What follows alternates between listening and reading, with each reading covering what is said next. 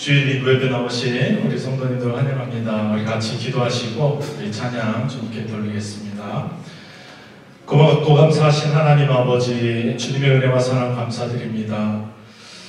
우리의 연약함과 부족함에도 불구하고 늘 모든 것을 합력하여 선을 이루시는 주님을 믿고 감사를 드립니다. 이 시간 우리 주님께 나아갈 때 주의 연약한 마음, 부족한 마음이 있지만 우리가 주님 앞에 가난한 마음으로 나왔사오니 주님께서 은혜를 더하여 주시고 주님께서 은혜를 채워 주옵소서. 감사를 드리고 예수님의 이름으로 기도드리옵나이다. 아멘. 주가 보이신 생명의 길, 나 주님과 함께, 내가 주님 앞에 정금과 같이 가사를 생각하시면서 우리 함께 주가 보이신 생명의 길, 나 주님과 함께 사랑 드리며 주님 앞에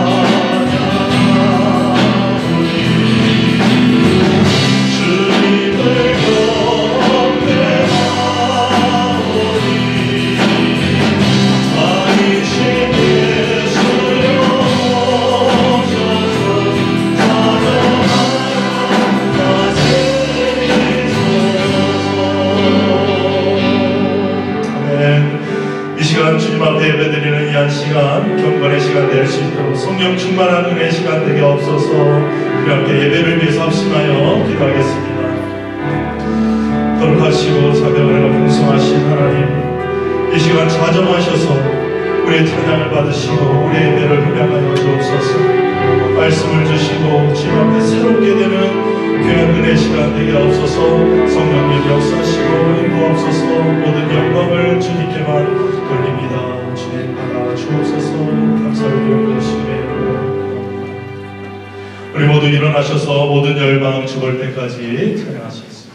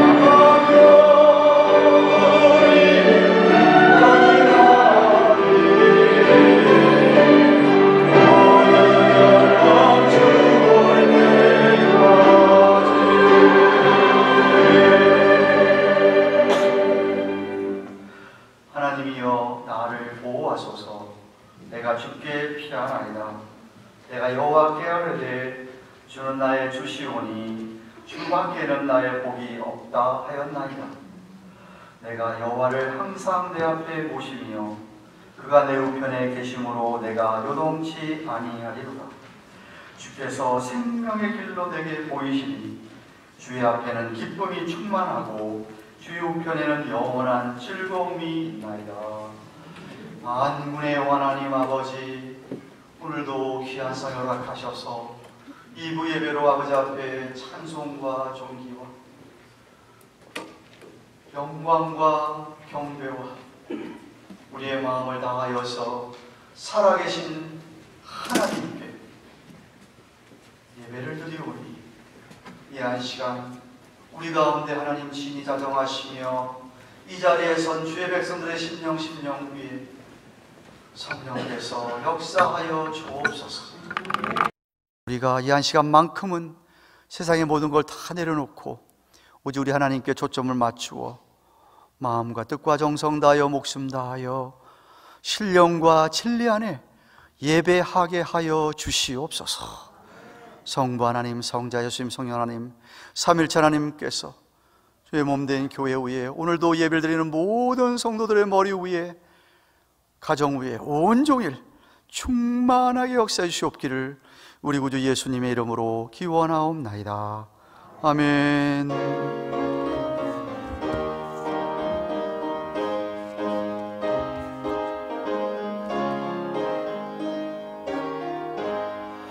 주 예수 이름 높이어 다 찬양하여라. 다 찬양하여라. 금멸유한에 들여서 하늘의 주를 찬양하세. 찬양 찬양 찬양 만유의 주 찬양. 주 예수 당한 고난을 못 잊을 죄나 못 잊을 죄이나 내 귀한 몸에 바쳐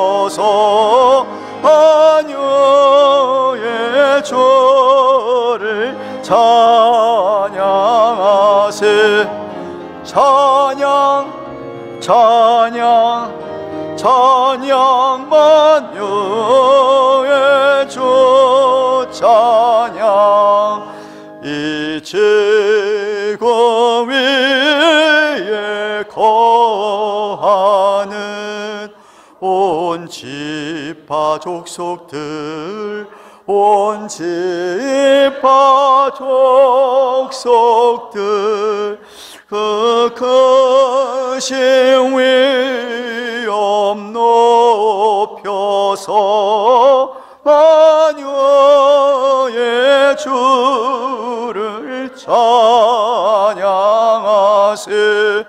찬양 찬양 찬양 만유의 주 찬양 주 믿는 성도 다 함께 주 앞에 엎드려 주 앞에 엎드려 무궁한 노래 불러서 만유의 주를 찬양하세 찬양 찬양 찬양 만유의 주 찬양 아멘.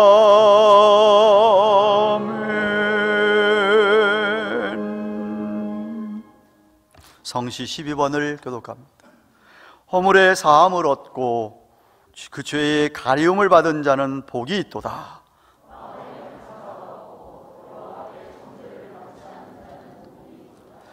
내가 토설치 아니할 때에 종일 신음함으로 내 뼈가 쇠하였도다.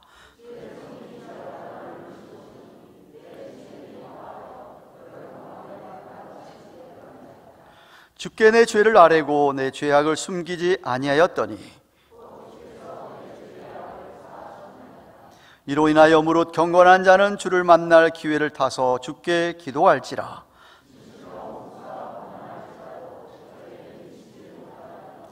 주는 나의 은신처이오니 환난에서 나를 보호하시고 너희 의인들아 여호와를 기뻐하며 즐거워할지어다.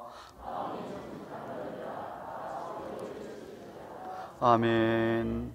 사도신교로 신앙고백 드립니다. 오른손 들고 전능하사 천지를 만드신 하나님 아버지를 내가 믿사오며 그 외아들 우리 주 예수 그리스도를 믿사오니 이는 성령으로 잉태하사 동정녀 마리아에게 나시고 본디오 빌라도에게 고난을 받으사 십자가에 못 박혀 죽으시고 장사한 지 사흘 만에 죽은 자 가운데서 다시 살아나시며 하늘에 오르사 전능하신 하나님 우편에 앉아 계시다가 저희로서 산자와 죽은 자를 심판하려 오시리라.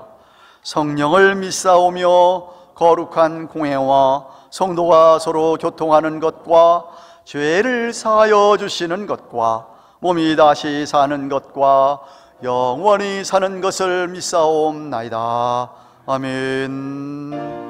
다 같이 앉으셨어.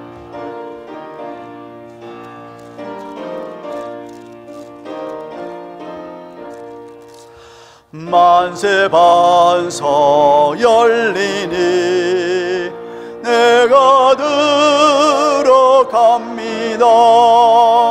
장애 어리상하여 물과 피를 흘린 것 내게 호함되어서 정결하게 하소서. 내가 공을 세우나 은혜가 갚지 못하네. 쉼 없이 힘쓰고 눈물 근심 많으나 구속 못할 죄인을 예수 홀로 약속하네.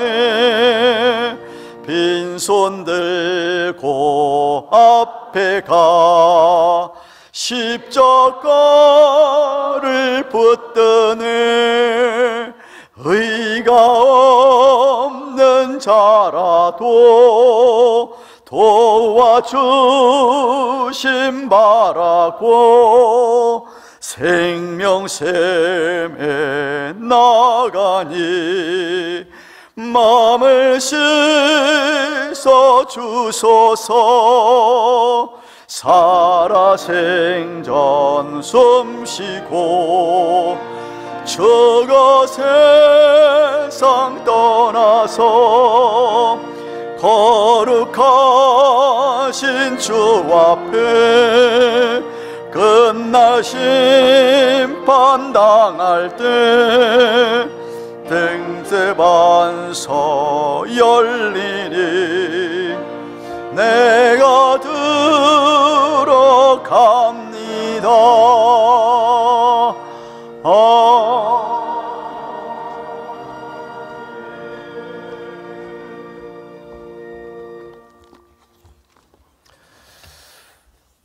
거룩하신 하나님 아버지, 거룩한 주님의 안식의 날 하나님 앞에 경건의 단을 쌓으며 예배를 드리오니 우리의 경배와 예배를 받아 주시옵소서.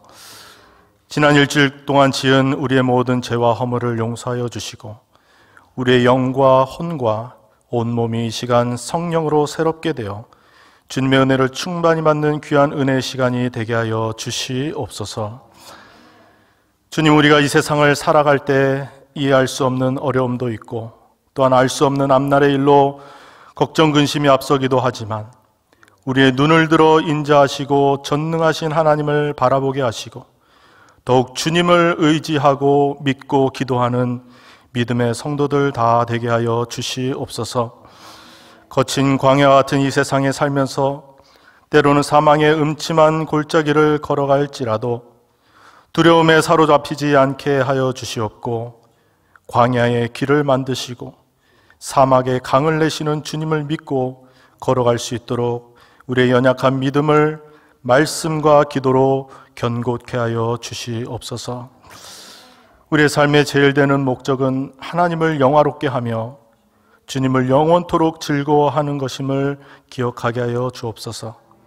우리의 삶의 목적이 이 세상의 어떠한 것들로도 채워지지 아니함을 알게 하여 주옵소서.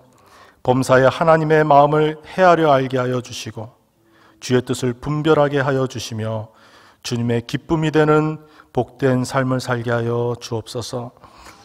주님, 우리 모든 성도님들에게 은혜를 더하여 주셔서 무능한 자에게 힘을 주시고 병든 영혼을 치료하여 주시고 마음을 다해 기도하는 성도들의 기도를 들어 응답하여 주시옵소서.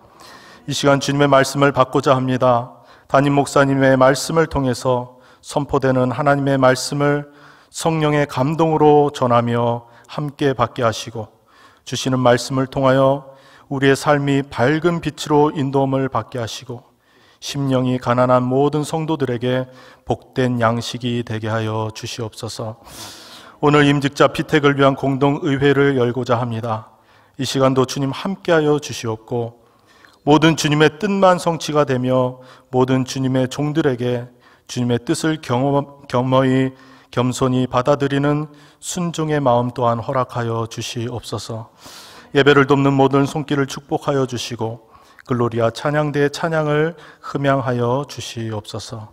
감사를 드렸고 살아계신 예수 그리스도의 이름으로 기도드리옵나이다. 아멘.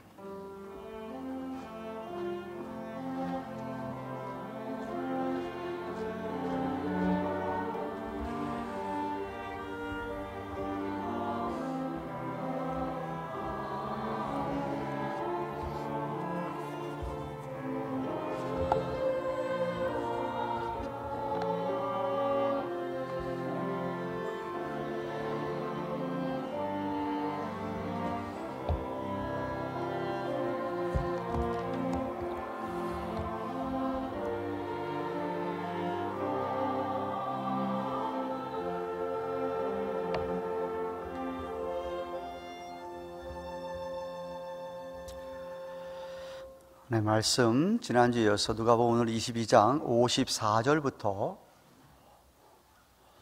62절까지 말씀을 보겠습니다.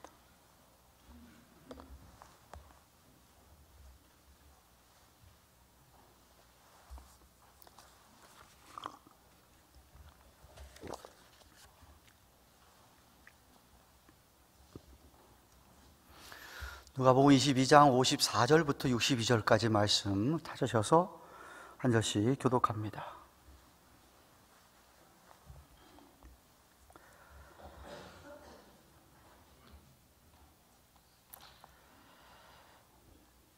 찾은 줄 알고 제가 54절을 읽겠습니다.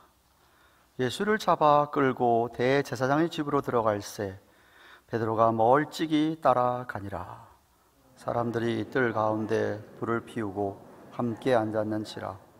베드로도 그 가운데 앉았더니 한 비자가 베드로의 불빛을 향하여 앉은 것을 보고 주목하여 가로되 이 사람도 그와 함께 있었느니라 하니 베드로가 부인하여 가로되 이 여자여 내가 저를 알지 못하노라 하더라. 조금 후에 다른 사람이 보고 가로되 너도 그 당이라 하거늘 베드로가 가로되 이 사람아 나는 아니로다 하더라. 한 시쯤 있다가 또 한 사람이 장담하여 가로되 이는 갈릴리 사람이니 참으로 그와 함께 있었느니라.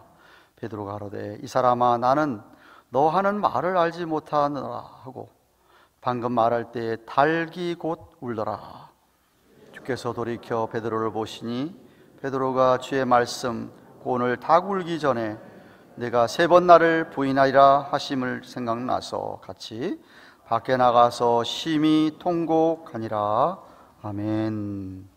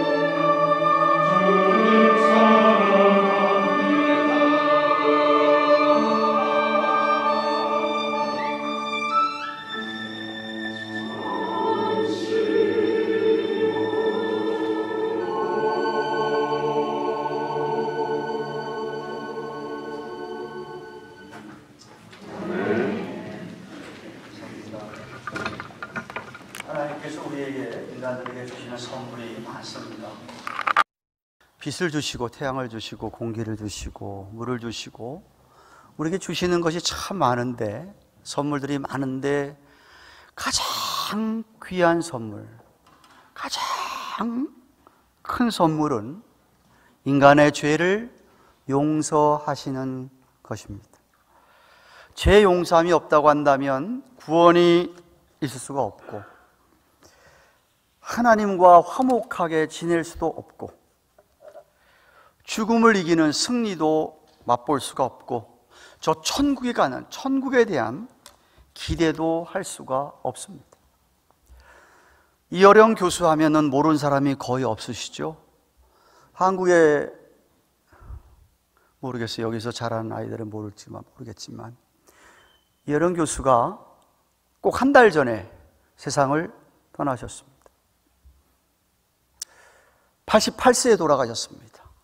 자기 딸 미나, 미국에서 변호사 일도 했고 검사 일도 했던, 나중에 또 목사까지 됐지만, 딸 미나가 죽은 지 꼭 10년 만입니다. 자기 딸을 먼저 보낸 지 꼭 10주기 되는, 약 한 달 전에 돌아가셨습니다. 그분이 예수를 믿게 된 것은 15년 전에 그 딸이 눈을 잃게 되었을 때 복음을 받아들이고 세례를 받았다고 합니다.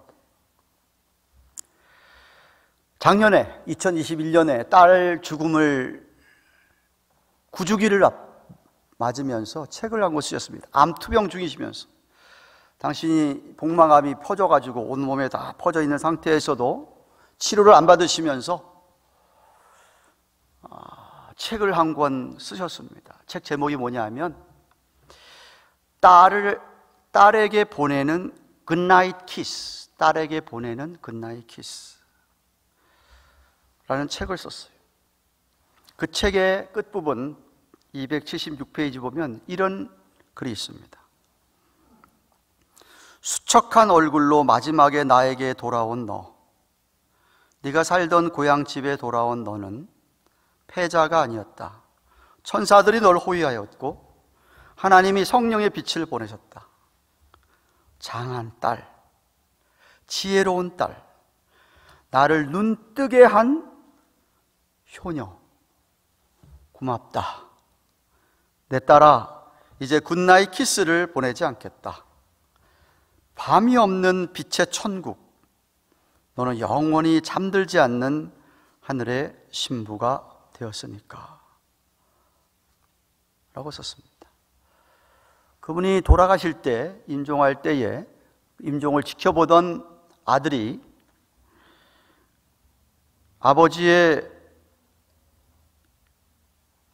죽음, 마지막 이어령 교수의 눈빛을 이렇게 전했습니다. 저희 아버님은 마치 다가오는 죽음을 탐구하듯이 눈앞 허공을 약 30초가량 또렷이 바라보시면서 마지막 호흡을 하셨습니다.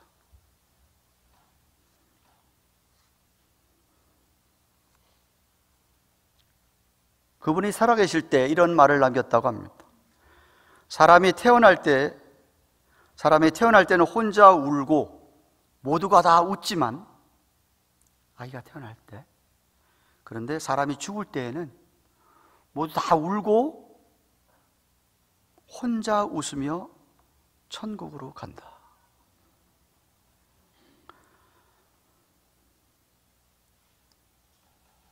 전 여러분 모두가 다 죄 사함을 얻고 천국의 소망을 가지고 믿음으로 살아가기를 축원합니다. 전도하고 싶으신 분이 계시면 딸에게 보내는 굿나잇 키스라는 책이 참 좋은 것 같아요.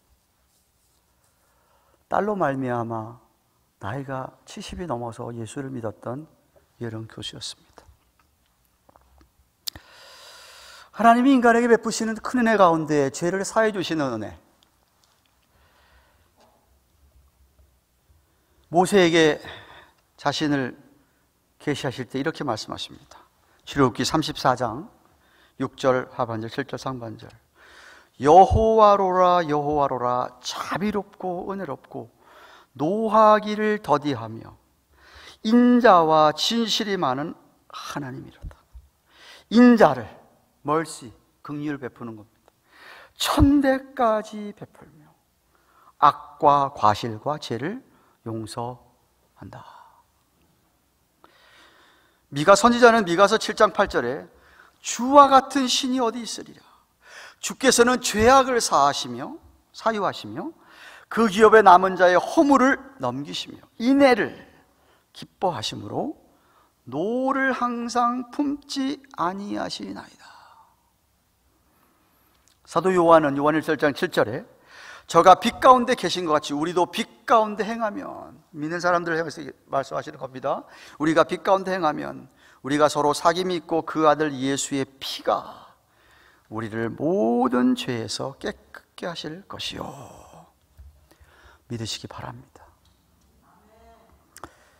오늘 읽은 본문은 여러분이 너무나도 잘 아는 예수님 앞에 놓고 베드로가 3번이나 예수님을 부인하는 사건입니다. 비극적인 내용이죠. 비극적인 이야기지만 한편으로는 그런 죄를 지은 베드로조차도 베드로가 회개하고 잠시 후에 성령이 오신 자를 임한 후에는 그 심령이 온전히 회복되어서 하나님 나라를 위해 크게 쓰임을 받은 것을 생각하면 우리에게는 큰 위로가 되는 그러한 사건이 아닌가 생각합니다. 잠시 잠깐 일시적인 실패를 용서하시고 그를 회복시켜 주시는 주님의 사랑을 생각하면 하나님의 은혜가 얼마나 큰지를 깨닫게 됩니다. 저는 확실하게 믿기를 모든 성도는 주님 앞에 연약하여 때때로 실수를 범합니다. 죄를 짓습니다. 그럴 때마다 마음이 무겁고 아프고 슬프고 애통함을 다 경험해 보셨을 것입니다. 이유는 여러분 안에 계신 성령님께서 여러분이 실수하고 실패하고 죄를 범할 때에 그렇게 우리의 마음을 감동시키기 때문에, 회개하라고 촉구하시기 때문에 그렇습니다. 만약 그런 경험이 내가 전혀 없다, 나는 한 번도 그런 경험이 없다, 내가 뭘 잘못해 놓을 거다, 나는 아무렇지도 않다, 혹은 옛날에 좀 있었는지 모르겠는데 지금은 전혀 그런 게 없다, 그렇다고 한다면 여러분 영적으로 아주 콜드한 영적인 침체에 빠졌던가, 아니면 성령을 받지 못한 믿지 않는 사람입니다. 믿는 사람은 그럴 수가 없습니다. 신자라면 내가 한 말이나 내가 한 행동이 우리 주님을 부인한 것이라면, 주님 마음을 아프겠다고 한다면 자신의 마음도 무너지게 되어 있습니다.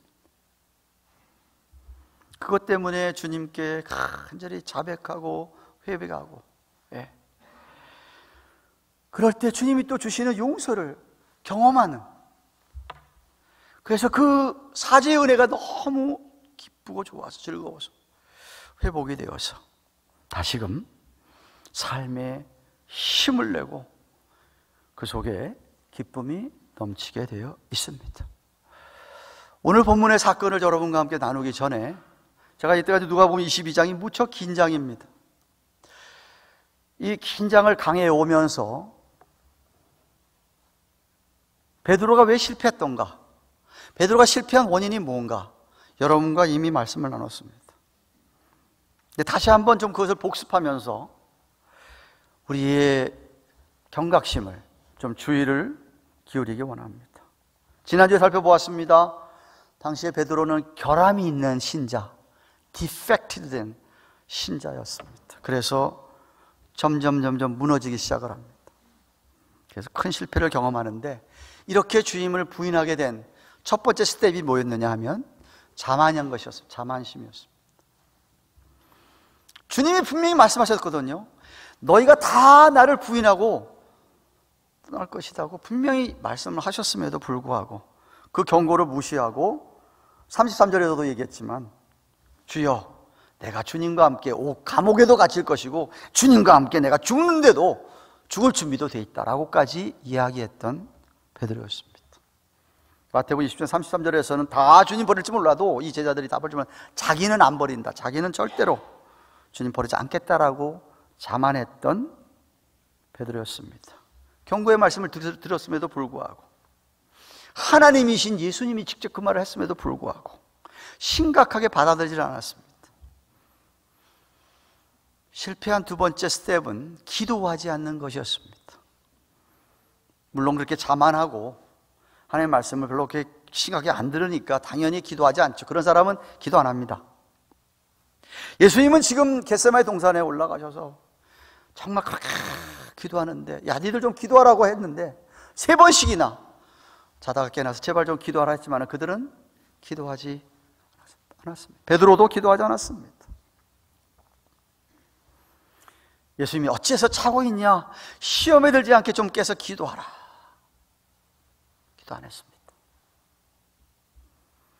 세 번째 스텝은 자기 힘으로 뭔가 할 수 있다는 그런 마음과 자기 의로 말미암은 그 혈기, 충동, 그런 즉흥적인 충동적인 행동이었습니다. 혈기를 앞세우고 예수님 체포하러 온 사람들 앞에서 검을 꺼내 들고 주님의 대답을 또 듣기 전에 대제사장 종의 말고의 귀를 베어버렸던 베드로였습니다. 자주자주 예수님께서 내가 죽을 것이고 사흘 만에 부활할 거라고 얘기했음에도 불구하고 그는 그저 믿지 못하고 자기가 무슨 그 주님을 지키겠다고 그렇게 충동적인 혈기를 부렸던 그였습니다. 네 번째 스텝은 자기 자신을 영적으로 위험한 곳에 방치해버렸습니다. 참 지혜로운 사람들은요, 여러분이 어디를 가기 전에, 어느 모임에 임하기 전에 내가 저기 가면은 분명히 안 좋을 것이라는 걸 알고 안 갑니다. 지혜로운 사람은 그렇습니다. 베드로는 거기 갔어요. 다 자기를 알아보는 사람들 분명히 있고 거기서 창피함을 당하고 모욕을 당할 텐데 거기까지 갔습니다. 그에게는 시험을 이길 만한 믿음이 없어요. 믿음이 없어요. 결함이 있는 믿음이었어요. 고린도서 10장 13절에 얘기하는 대로 사람이 감당할 시험밖에 우리가 당한 것이 없고 하나님은 미쁘셔서 감당치 못할 시험을 당함치 허락지 아니하시고 피할 길을 내신다고 하셨는데 이런 말씀은요, 하나님 말씀을 의지적으로 듣지 않는 사람에게는 해당이 안 되는 겁니다. 적용이 안 되는 겁니다. 하나님 뭐 말씀해 주시면 말씀을 듣고 내가 그래요 하나님 그렇게 살아봐야 되겠습니다라고 하는 어떤 의지가 있는 사람, 순종할 마음이 있는 사람에게 해당되는 것이지 말씀을 해줘봐야 난 소용없습니다. 이런 사람에게는 이게 해당이 안 되는 거예요. 그냥 자신의 이고와 자만이 그를 온통 주장하고 지배하고 있었습니다. 자기 뜻과 혈기만 하나님의 뜻에 순종하는 걸 막고 있었던 것이었어요. 그렇기 때문에 베드로가 지금 3번씩이나 주님을 부인하는 이 큰 죄를 범하는 것은 어쩌면 아주 당연한, 지극히 당연한 결과였다 이 말입니다. 지극히 당연한 결과였습니다. 이제 본문의 드라마를 살펴봅시다. 54절에 예수를 잡아 끌고 대제사장의 집으로 들어갈새 베드로가 멀찍이 따라갔다고 합니다. 여러분, 예수님은 십자가의 죽음까지 이제부터 이 본문에서 하나 빼먹었는데 6번의 신문을 6번의 재판을 당하게 됩니다. 이 오늘 본문이 있기 전에 안나 대제사장, 가야바, 오늘 본문은 가야바의 제사장 뜰에서 있어진 일입니다. 가야바의 장인이 되는 안나 대제사장에 먼저 끌려갑니다. 거기서 신문을 받습니다. 그 다음에 오늘 본문에 있는 가야바 대제사장에게 끌려갑니다. 앞에 갑니다. 그리고는 산헤드린 공회로 끌려가서 거기서 신문을 받습니다. 그리고는 빌라도 앞에 가서 빌라도 앞에서 재판을 받습니다. 빌라도가 내가 보니까 이 사람 죄 없다 없는 것 같아서 헤롯 안티파한테 또 보냅니다. 헤롯 안티파라고 하는 분봉왕 앞에서 또 재판을 신문을 받게 됩니다. 그리고 또다시 빌라도에게 끌려가서 빌라도 앞에서 최종적으로 십자가 처형이라는 결과를 맞이하게 되는 것이었어요. 오늘 본문은 바로 두 번째로 끌려갔던 대제사장 가야바의 집 앞들에서 있었던 이야기입니다. 그 집에 바깥들에 앉아 있을 때 불 다들 새벽이니까 얼마나 춥습니까? 불 쪼이고 앉아 있습니다. 그때 한 비자라고 우리말 되어 있는 비자는 여종을 가리키는 겁니다. 여종이 그를 알아봤습니다. 이 사람도 예수님과 함께 있었다 라고 하니까 베드로가 처음으로 거기서 사람들 앞에서 그 여종의 말을 부인합니다. 50절 하반절에 이 여자여 내가 저를 알지 못한다 하면서 마태복음 26장에 의하면 암몬으로 도망가 버립니다. 말해놓고. 그러자 조금 후에 그 도망간 곳에도 또 사람들이 모여 있는데 다른 사람이 베드로를 보고서는 58절에 너도 그 당이다 하면서 많은 사람 앞에서 베드로를 창피하게 모욕을 줍니다. 그때도 나는 아니다 라고 또 두 번째 부인을 합니다. 마태는 이때 두 번째 부인을 갖다가 이렇게 기록합니다. 마태복음 26장 72절입니다. 베드로가 맹세하고 또 부인하여 가로되 내가 그 사람을 알지 못하노라. 이번에 맹세까지 했다고 합니다. 유대인들에게 맹세라고 하는 것은 하나님 앞에서 하나님의 이름을 거는 겁니다. 하나님이 내가 하는 말에 증인이 될 거라고 합니다. 그러니까 지금 베드로는 내가 하는 이 거짓말에 대해 하나님이 증인일 것이다 이렇게 얘기하는 겁니다. 그게 맹세입니다.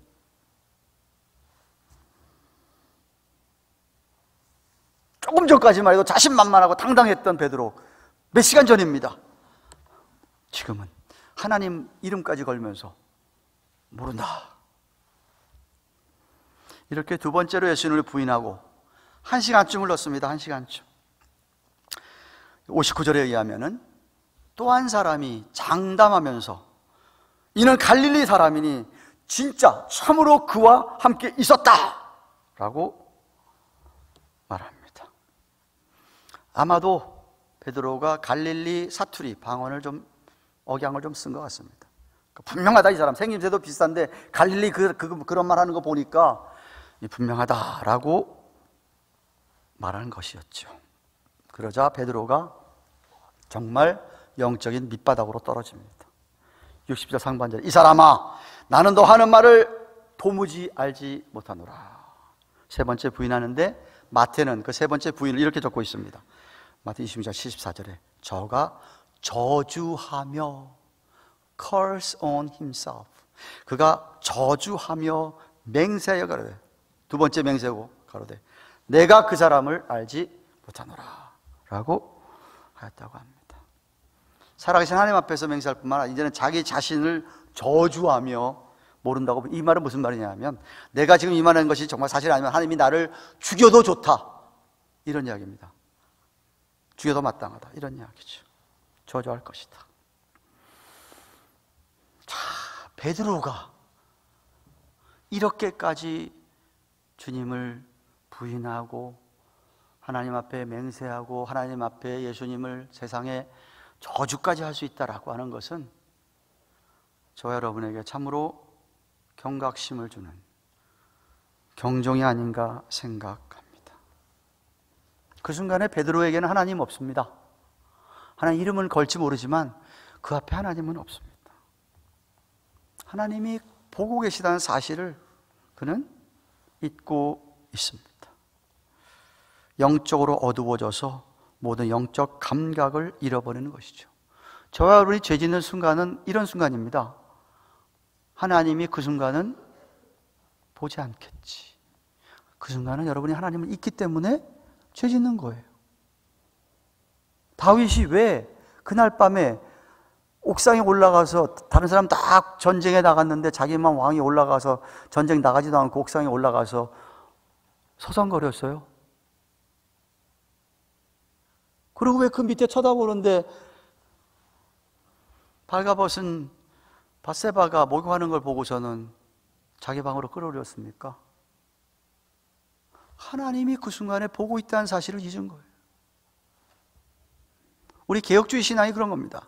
우리는 24시간 7일 내내 365일 내내 우리 살아가는 모든 순간에 하나님이 우리를 다 보고 계신다. 하나님 앞에서 우리는 살아가는 거다. 코람데오. 그 정신이 우리 개혁주의 신앙의 정신입니다. 베드로는 그 시간에 잊었습니다. 근데 여러분, 세 번째 그렇게 부인하고 나니까 곧 달기 울었다. 60절 하반절에 이야기합니다. 이것이 저는 하나님의 은혜라고 생각하는 사람입니다. 얼마 전에 34절입니다. 예수님이 직접 베드로에게 얘기했습니다. 야, 네가 오늘 새벽에 닭이 울기 전에 너가 내가 3번 부인할 거라고 분명히 말씀을 했습니다. 그 말씀하신 대로 닭이 울었습니다.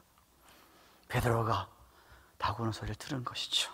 바로 그때 61절 62절 말씀 보십시오. 주께서 돌이켜 베드로를 보시니 베드로가 주의 말씀 곧 오늘 닭 울기 전에 네가 3번 나를 부인하라 하심이 생각나서 밖에 나가서 심히 통곡하니라. 닭이 우는 순간 예수님께서 베드로를 쳐다보셨습니다. 그때 베드로에게 예수님 하신 말씀이 생각이 났습니다. 여기 보시니라고 하는 블레포에서 나온 말입니다. 직시하다 이 소리입니다. 똑똑히 쳐다보다 이런 소리입니다. 그 순간에 베드로의 눈과 예수님의 눈이 마주친 겁니다. 마주치자 밖에 나가서 심히 통곡했다.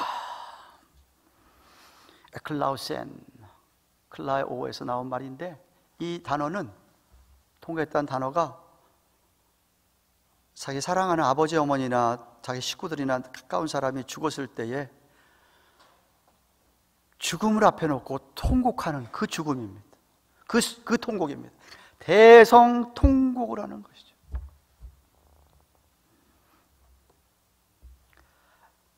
하나님께서 그가 3번째 부인하는 순간 닭이 울게 하시고 예수님께서 눈을 맞춤으로 말미암아 베드로의 하여금 그 말씀 생각나게 하시고 회개하게 하신 것이죠.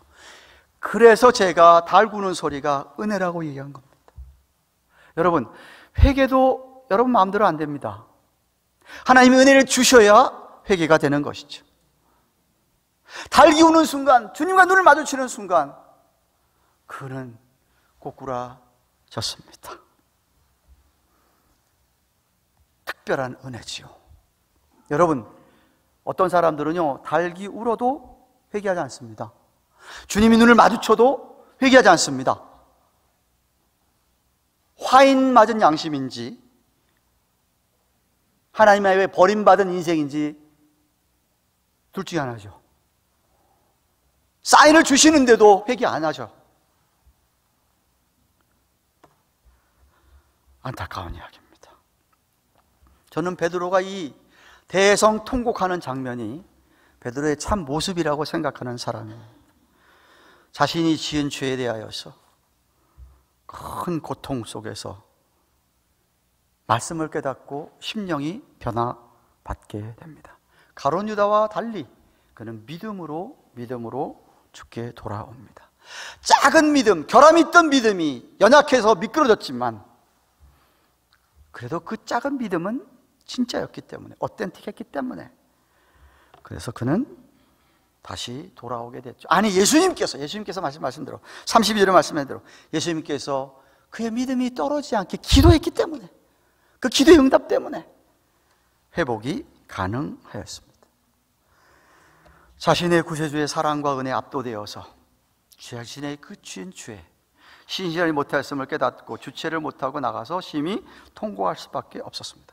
그가 어디 가서 얼마나 그렇게 울었는지 알 수 없습니다만 저는 추측하기를 아마도 겟세마네 동산 거기 다시 가지 않았을까, 거기 가서 그냥 통곡하지 않았을까라고 생각이 됩니다.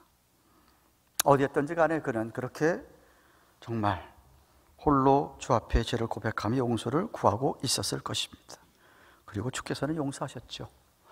부활하신 주님께서 갈릴리 바닷가에 베드로를 다시 찾아주시죠. 찾아오셔서 요한복음 21장 15절 이하에 보면은 베드로에게 묻습니다. 베드로야, 네가 나 사랑하냐? 여기 있는 이 사람들보다 나 사랑하냐고 3번씩 물어보시죠. 찬양한 대로.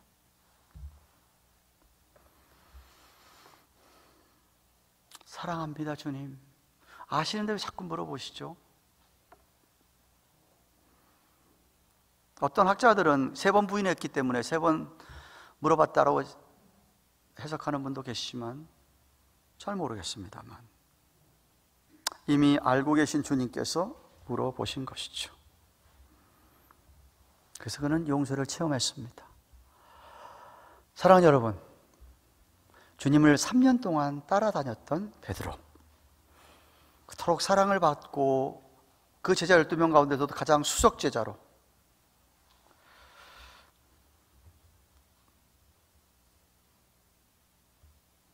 그렇지 않을 것 같은 베드로가 주님 잡히시던 밤에 3번씩이나 부인한 이 유명한 사건은 우리에게 정말 많은 것을 지난 교훈을 줍니다. 아까 얘기했지만 자신만만함, 자만심 금물입니다. 금물입니다. 기도하지 않는 것, 죄 짓는 첩경입니다. 자기의 혈기 내세우는 것, 즉흥적인 떨어지는 것입니다. 그리고 그 가면 안 되는데 가는 것, 있어서는 안 될 장소에 내가 있는 것, 그게 실수하고 실패하고 죄 짓는 길이었습니다. 그러나 하나님께서 그 베드로를 용서하시고 베드로를 회복시켜 주셨다. 아마도 제가 생각할 때는 그 사건 이후로 베드로는 한 번도 주님의 말씀을 의심하지 않았을 것입니다. 다시금 주님을 불순종하는 일은 아마 하지 않겠다고 결심하였을 것입니다. 아, 예수님 하시는 말씀은 그 말씀 무엇인지 다 이루어지는구나, 뼈저리게 깨달았을 것입니다. 그래서 자신의 믿음이 떨어지지 않기를 간구하겠다는 주의 말씀에 힘을 내어서 정말 더욱 주의 주신 일들을, 사명들을 감당하였습니다. 그가 수년이 지난 후에, 그 사건이 있은 후 수년이 지난 후에 죽음을 눈앞에 두었었습니다. 아마도 가야바 제사장 집들에서 있었던 그 사건을 생생하게 기억하면서 소아시아 지방에 흩어져 카타콤과 같은 그런 지하 무덤에서, 땅굴에서 믿음을 지키며 신앙생활하던 성도들에게 성령의 감동으로 그가 마지막으로 이렇게 권면합니다. 베드로후서 3장 17절 18절입니다. 스크린을 보시면서 한번 같이 읽으십시다. 17절 18절 시작. 그러므로 사랑하는 자들아, 너희가 이것을 미리 알았은즉 무모한 자들의 미혹에 이끌려 너희 굳센 데서 떨어질까 삼가라. 오직 우리 주 곧 구주 예수 그리스도의 은혜와 저를 아는 지식에서 자라가라. 영광이 이제와 영원한 날까지 저에게 있을지어다. 중요한 단어 2가지 동사. 삼가라. 제발 삼가라. 주의해라 제발. 그리고 자라가라. 결함이 있는 신자에서 이제는 정말 자라가라. 다시는 그런 끔찍한 죄를 짓지 않도록 자라가라. 사랑하는 여러분, 말씀을 맺습니다. 과거에 어떤 실수하셨습니까? 누구나 다 실수할 수 있습니다. 죄를 범할 수 있습니다. 문제는 그 다음입니다.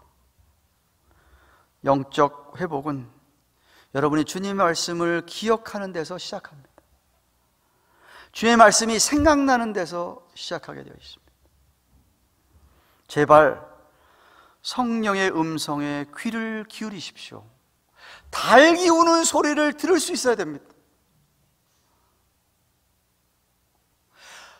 하나님이 좀 사인을 주실 때 사인을 캐치할 수 있어야 됩니다.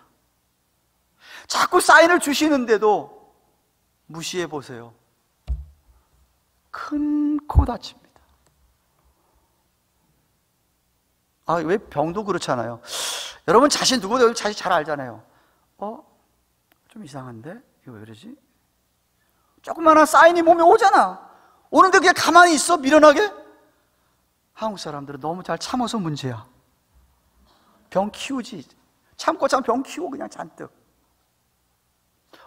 이상하다. 이게 왜 이러지? 의사를 찾아가야 될 거 아니에요. 검사를 해봐야 될 거 아니에요. 하나님께서 영적으로 여러분이 만약 성령을 받으신 분들이라고 한다면 여러분의 성령님께서 여러분에게 때때로 사인을 주세요.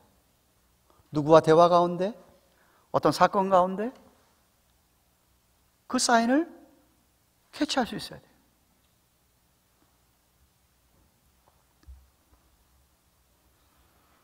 연약해질 수 있는 작은 믿음이라도 만약 그 믿음이 진짜라면 성령께서 깨우쳐 주실 때 회개하게 되어 있습니다. 그래서 마음의 변화를 가져오게 되어 있죠. 주님 사랑하는 마음이 그 안에 있게 되어 있습니다. 실수는 일시적인 것이고 잠시일 뿐입니다. 예수님께서 베드로에게 눈빛 한번 주셨지, 갈릴리 바다에 나타나, 야 베드로야, 네가 세상에 그럴 수 있냐? 어떻게 나를 3번씩이나 부인할 수 있냐? 아니 하나님의 맹세까지, 저주까지 해. 어떻게 그럴 수? 한 번 그런 말씀 안 하셨어요. 그런 말씀 안 하셨어요. 그죠? 통곡했을 때 용서하시고 여전히 나 사랑하느냐라고 물어봐 주신 주님께 감사하는 마음으로 일평생 주님을 위해서 살았습니다. 가롯 유다의 실패와는 다른 것이죠. 여러분, 예수님의 약속을 기억하십니까? 지금도 연약한 저와 여러분들을 위해서 하나님 보좌 옆에서 우리를 위해서 기도하고 계십니다. 히브리서 9장 7장 25절에 그러므로 자기를 힘입어 하나님께 나아가는 자들을 온전히 구원하실 수 있으니 이는 그가 항상 살아서 저희를 위하여 간구하심이니라. 믿으시기를 축원합니다. 우리가 넘어지면 일어나라고 기도해 주시는 거예요. 아무개야 일어나라. 그래서 우리를 어떻게든지 용서하시고 회복시키시기 위하여 오늘도 하나님께 기도해 주시는, 아버지께 기도해 주시는 예수님이십니다. 그런 기도에 힘입어서 만약 좀 연약해서 넘어졌다 하더라도 회개하고 일어서서 변화를 받고 달라지는 우리들의 삶이 되기를 바랍니다. 일시적인 실수입니다. 돌이킴으로 회복해서 주님에게 온전히 헌신하는, 주님 더 사랑합니다, 이전보다 더 사랑합니다, 그렇게 살아가는 우리의 신앙생활이 되기를 바랍니다. 여러분, 죄 용서함을 받지 못한 사람은요, 그 삶에 힘이 없습니다. 죄 짓고 나서 그 죄가 해결되지 못했는데 맨날 축 처져 살게 되어 있어요. 예수 믿는 사람이면 더합니다. 그 사람의 삶에 라이브한 그런 다이내믹한 거 볼 수 없어요.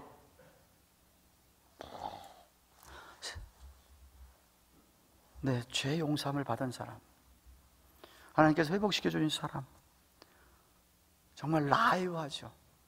네. 그래서 사죄 확신의 믿음이 중요한 거예요. 하나님 용서해 줬는데도 자기 계속, 용서해 줬는데 왜 자꾸 그래? 사죄 확신이라는 게 중요한 거예요. 네. 제가 언젠가도 얘기했잖아요.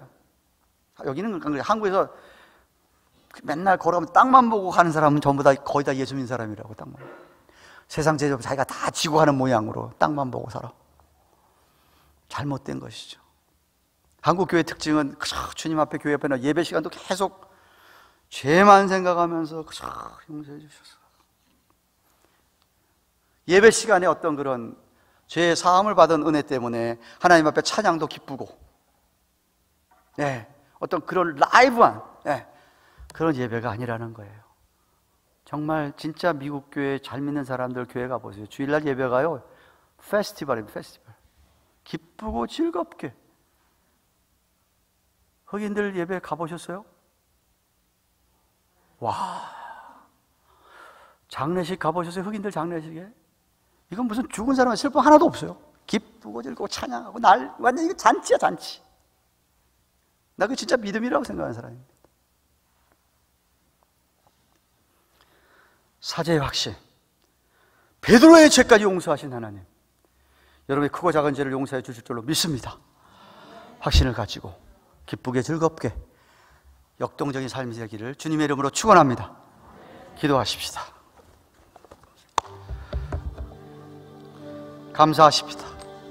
아니 혹시라도 아직도 여러분의 마음에 뭔가 찝찝하고 내려놓지 못한 것 있습니까? 주 앞에 내려놓으시고 주님 분명히 용서하시고 여러분에게 즐거움을 회복시켜 주시며 다시금 주를 위하여 사랑하면서 헌신하며 살아갈 수 있도록 하실 줄로 믿습니다. 한번 주신 말씀 생각하면서 한번 통성으로 기도하겠습니다. 고마우신 하나님 감사합니다. 오늘은 베드로가 주 앞에 가발 제사장들에서 3번씩 부인하며 참 주님과 눈을 마주치며 달기울 때 통곡하여서 얘기하는 것을 보았습니다. 우리 사랑하는 성도들에게 사죄의 확신의 믿음을 주시옵소서. 성령께서 깨우쳐 주실 때에 회개하게 하시고 아버지 앞에 정말 무릎 꿇고 나아가 용서함의 은혜를 경험하며 힘있게 다시금 죄를 감당하는 우리 모두가 되게 하여 주시옵소서. 감사합니다. 예수님의 이름으로 기도합니다. 우리 주님 말씀 생각하며 338장 찬송하십시다. 천부여 의지없소서.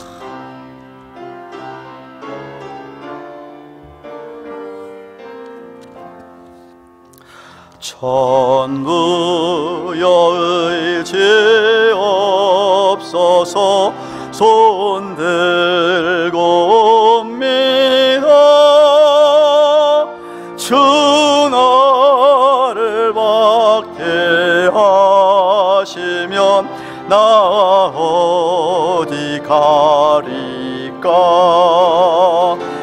내 죄를 씻기 위하여 피 흘려 주시는 곧 회개하는 마음으로 주 앞에 옵니다.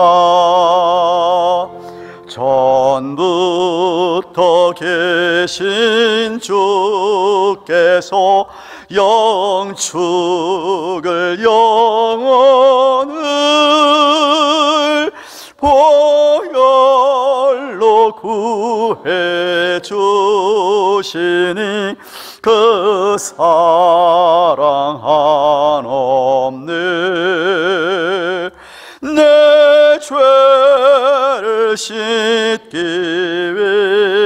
위하여 피 흘려 주시는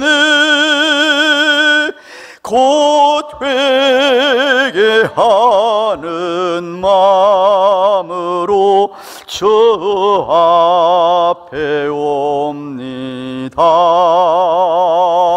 나 예수 의지함으로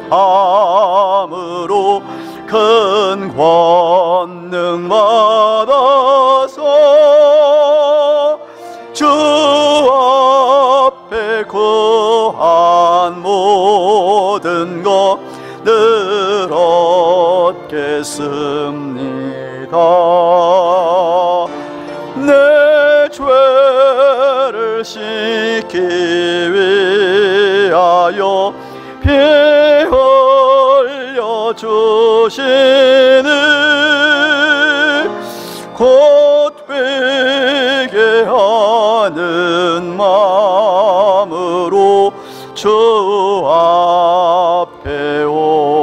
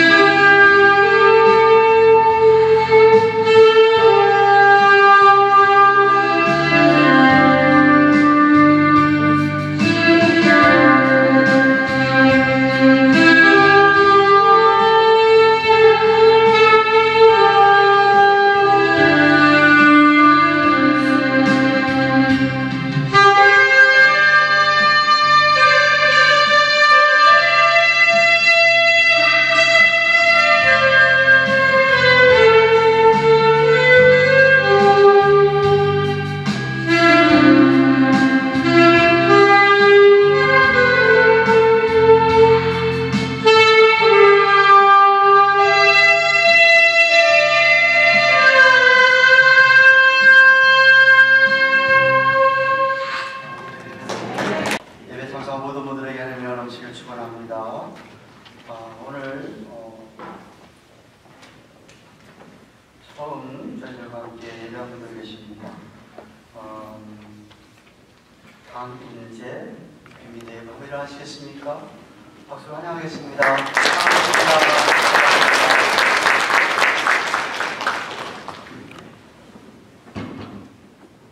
오늘 지난주에 예배를 등록해준 이태희 박수영까지 오시기 환영하고요. 함께 신앙생활 하시면서 하나님 그 시간과 축복을 응원하기를 바랍니다. 광고 드린 대로 오늘 2부 직후에 인직자 선출을 위한 음식 공동회 있습니다. 본교회 세례교인, 입교인들 모두 다 그 자리에 남아주시고, 그렇지 않은 분들도 남으셔서 어떤 분이 앞으로 우리 교회의 일꾼들이 되는지를 봐주시면 감사하겠습니다. 오늘 수예배 후에 정기당회로 모이고요. 올여름 멕시코 치아파스 단기 선교를 갈 수 있다고 이런 선교사님께서 여기까지 왔습니다. 코로나19 때문에 2년 동안 못 갔는데 올해 예년대로 6월 마지막 주간 2월 17일 모레 출발해서 7월 2일에 돌아올 예정입니다. 딱 만 3일 사역하고 오는 겁니다. 단기석에 동참하실 분들 4월 둘째 주간까지 말씀해 주시면 미리 비행기표를 구입하면 저렴한 가격에 구입할 수가 있습니다. 단기 선교를 준비를 위한 선교부 모임을 오늘 목요일 오후 8시에 교실 1에서 갖도록 하겠습니다. 선교부원들 또 관심 있는 분들 모두 참석해 주시기를 바랍니다. 문의는 선교부장 박종 집사님이나 제기하시면 좋겠습니다. 4월 17일 부활절에 점심 친교 식사가 준비되고 후에 점심하고 나서 제3세대 우리 어린아이부터 시작해서 어르신까지 함께 모여서 연합 찬양대를 드립니다. 이번에 지혜별로 기간별로 찬양을 드립니다. 미리미리 준비하시기를 바라고, 또 그때 학습세례 받기 원하시는 분들, 아기 유아세례 받기 원하시는 부모님들 문답지 미리 가져가셔서 공부하시기 바랍니다. 계속해서 고난중앙까지 한 끼 금식하며 기도하는 것 기억하셔서 기도해 주시고, 지난주일 우크라이나 전쟁으로 고통당하는 백성들과 성경에서 지정헌금 했는데 못하신 분 오늘까지 해주시면 내일 헌금 모두를 교단 선교부에 보내도록 하겠습니다. 우리 다 함께 일어나셔서 우리는 주의 백성에 찬성하고 기도로 예배를 하겠습니다.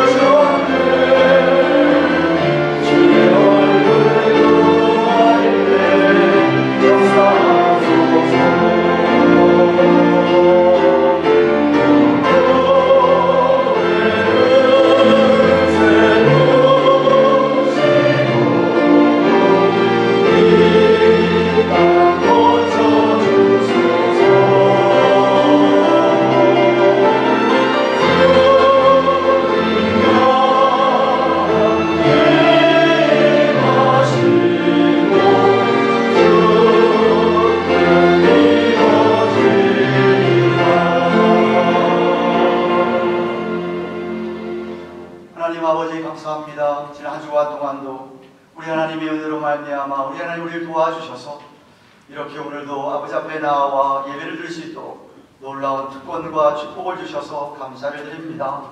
뿐만 아니라 한 주간 동안 노력하신 물질들 가운데 하나님의 것을 다시 돌려드리며 또 여러분이 예물을 드렸사오니 예물을 축사해 주셔서 이 예물이 쓰여지는 곳에 죄의 용서함의 구원의 역사가 나타나게 하여 주시옵소서.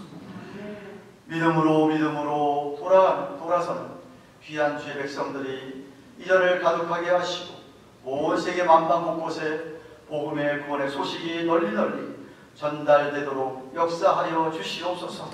예를 드린 그 마음들, 예물 드린 마음들 헤아려 주셔서 하나님께서 늘 필요를 채워주실 줄 믿는데 풍성하게 채워주셔서 주님 나라에 쓰임받는 우리의 직장생활 그리고 사업체들이 되도록 축복하여 주시옵소서.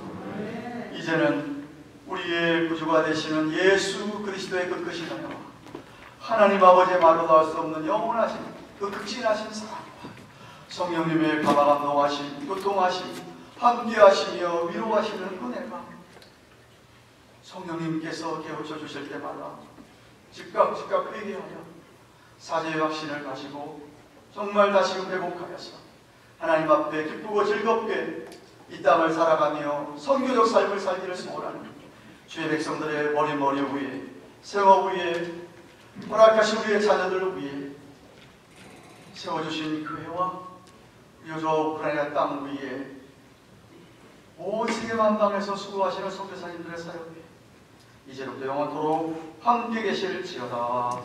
아멘.